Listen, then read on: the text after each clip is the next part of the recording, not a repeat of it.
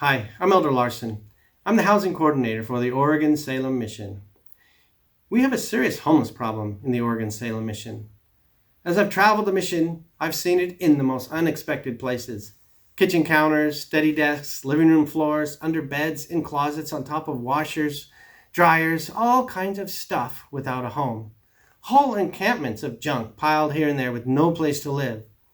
Today, we're going to finally solve this pernicious and malicious evil of homelessness in the Oregon-Salem Mission. I know you may be wondering if that's even possible since so many others have tried before. But I promise you that if you will follow this simple 4-step plan, we can and will solve the problem of homeless stuff in our missionary apartments forever. Here's the simple plan. Step 1. Give everything you have a home. This means that you decide on a place where everything lives. Now there are 3 basic types of homes for your stuff. Number 1, a place in your apartment. Number 2, the Goodwill. Number 3, the dumpster. Seriously go through everything in your apartment and decide what goes in the dumpster and what gets donated to the Goodwill. Then you decide on a home for everything else you have.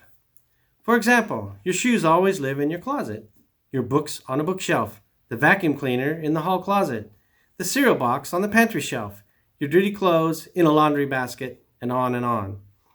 Decide where everything lives and put it there. When things have a home, you don't have to think about where to put it. The decision is already made and it always goes back to its home. So, step 1 is to give everything you have a home. Step 2, create clutter catchers. For everything you usually put in a pile, get a basket or bin or box or tray and put it in it. Some things you use every day and you need them handy. Group them together and put them in a box. Put all your makeup together in a tray or your study materials in a basket. I usually pile my wallet and name badges and keys and spare change on top of my dresser. Now I keep them in a small tray. It just looks better and makes it much easier to clean because you just lift up the basket or bin and wipe the surface and put it back. Dollar Tree stores are everywhere and they have a million little clutter catchers they sell for only $1.25 each. They've got boxes and bins and baskets by the boatload. Cheap and easy.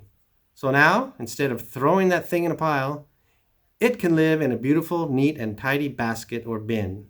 So, step 2 is to create clutter catchers. Step 3. Don't put it down, put it away. Think about it. How much more effort does it really take to just put something away than it does to set it down in some random place? Take the extra 20 seconds and put it away. And now that you've created clutter catchers, it's even easier to send it to its home because it has a cool place to live. How easy is that? So, step 3 is don't put it down, put it away. Step 4. Focus on the flat surfaces. Look at all the flat surfaces in your apartment. Your kitchen counters, your study table, your floor, your dresser top, or your dining room table. Even if they are clean, but you have stuff scattered all over them, they just look messy. It's amazing how much better a room can look by just clearing off all the flat surfaces. So, the goal of step 4 is to try and keep all flat surfaces as clear as you can of stuff. Look at what's there. How long has it been there? Do you actually use it? If it's not something you use on a regular basis, then create a home for it, out of sight, and put it there.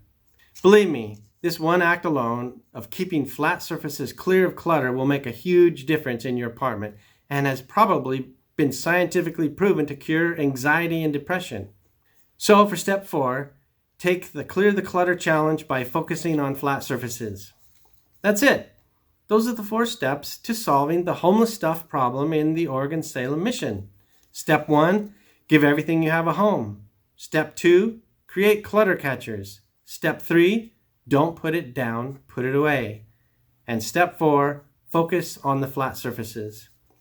I know that you probably just got transferred into your apartment and it was a big fat mess when you got there. And it just feels like a giant overwhelming task to clean it all up. I get it, I really do. But you live there, and you are the only one who can do something about it. So maybe, for now, just focus on one thing and fix that. Maybe it's your study table, or your closet, or the top of your washing machine. You can do that one thing. Just do that for now and deal with the rest on another day. Eat the giant elephant one bite at a time. Also, you need to remember that with most of these steps, you're never going to feel like doing them. So don't wait till you feel like it, because that may never happen. Just start now, one little thing at a time. I invite you to try these 4 simple steps. Experiment upon these words. I promise that if you do, you will have an increased level of the Holy Spirit in your apartment. Your sense of peace within you will be greater.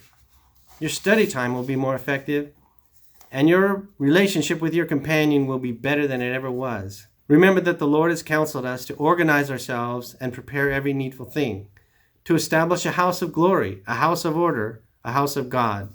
Let your apartment reflect that.